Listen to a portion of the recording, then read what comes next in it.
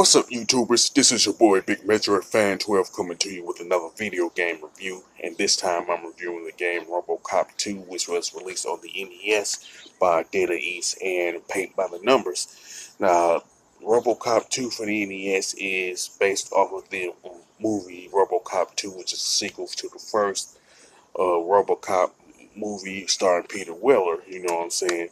This game is more of a is more loosely based off the movie than the first RoboCop game is. You know what I'm saying?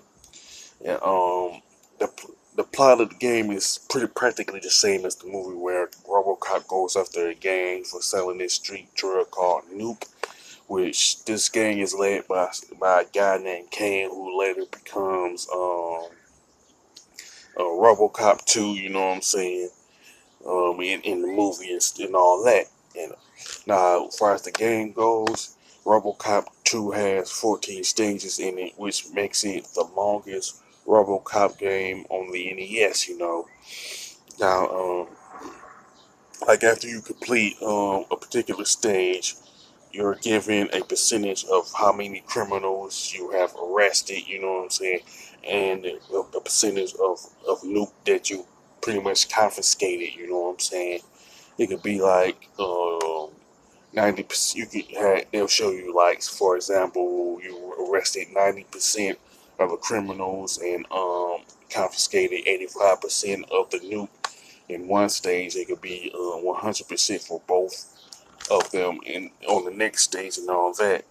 But if you don't confiscate enough loot and arrest enough criminals, they'll send you to a firing range that looks like a backwoods, not backwoods, but it looks like an alley. You know what I'm saying, where you have cardboard criminals and some loot that you can get. And to be honest, this firing range pretty much kind of reminds me of the NES game Hogan's Alley. You know what I'm saying, with the cardboard criminals and all that.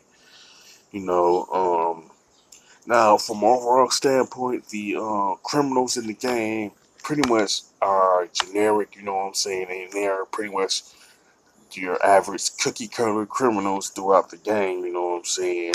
They shoot at you. You know what I'm saying.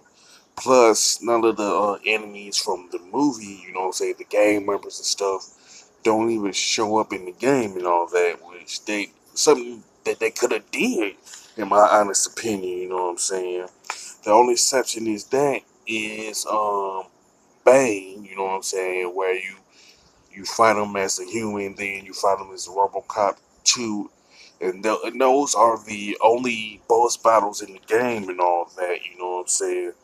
Um, you pretty much when you fight Banks the second time, you fight with as RoboCop 2. You pretty much fight him in three phases. You know what I'm saying, and I think the health for RoboCop pretty much remains the same after you go through the first phase, then the second phase, and third phase. You know what I'm saying. So really imperative that you try to take it as least amount of damage as possible. You know what I'm saying.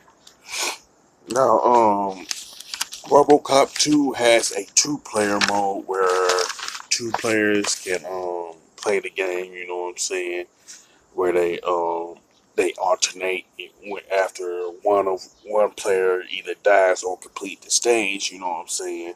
Now, to be honest, uh, RoboCop 2 for the NES didn't need a two-player mode since RoboCop slash Murphy is the only protagonist in the game. You know what I'm saying. I would say the main protagonist. Let's put it that way. You know what I'm saying. So the two-player mode is unnecessary in that regard. Plus, RoboCop can actually jump in RoboCop 2, which was something you couldn't do in RoboCop for the NES. You know what I'm saying, the first game. However, the jumps are real slippery. You know what I'm saying. It seemed like RoboCop is on ice skates. So if you miss a jump, you know what I'm saying, you most likely fall into pit and everything. And as far as the slipperiness of it, it'll like take a good 2 seconds for RoboCop to actually stop if you're not pushing the D-pad and stuff. And the only weapon that RoboCop uses through the whole game is really his sidearm. You know what I'm saying? The Auto 9 that he uses in the movie. You know, I wish there was like more weapons that RoboCop could use during the game, but I guess they figured that that's the only weapon he needed. You know. Now the graphics and design of RoboCop are a slight improvement in terms of the color palette, but when you compare it to the first RoboCop game, but it still comes off as mediocre. You know what I'm saying? As far as the controls and gameplay is concerned, it's okay. You know what I'm saying? But the um the fact that the jumps are slippery can be real problematic. You know what I'm saying? And that and there should have been more weapons in the game that RoboCop could have used. You know what I'm saying? Besides the default weapon and stuff like that. Um, the soundtrack is okay, but to be truthful, it kind of reminds me of Jurassic Park that was made for the NES that by Ocean. You know what I'm saying? Um, if you like listen to the soundtrack of RoboCop 2 for the NES and compare it to Jurassic Park for the NES, you can tell it was made by Ocean, and you can't tell them. You can say, man, you can ask yourself, did they use the Jurassic Park soundtrack for this game? Because they do sound like similar, you know. And to me, it's just the soundtrack just for RoboCop 2 for the NES pretty much lacks originality in that regard, and it don't use none of the music from the movie. You know, it could have to me it could have helped to use the soundtrack from the movie in this game. Uh, um, RoboCop is kind of decent, but it's also hard. You know what I'm saying? It's very easy to die in this game. You know what I'm saying? But not as hard to say Castlevania and Ghosts and Goblins. You know, but it's hard in its own right. You know what I'm saying? I would say what I recommend it to anybody, any gamer, if there were fans of RoboCop, sure, but everybody else may not like enjoy RoboCop 2 for the NES. You know what I'm saying? As far as the score is concerned, I definitely give RoboCop 2 for the NES a 6 out of 10. They pretty much made RoboCop jump, which was a good thing, but at the same time, the jump is too slippery. The soundtrack lacks originality. You know what I'm saying? The sound of RoboCop isn't that good. You know what I'm saying? But that's why I give it a 6 out of 10.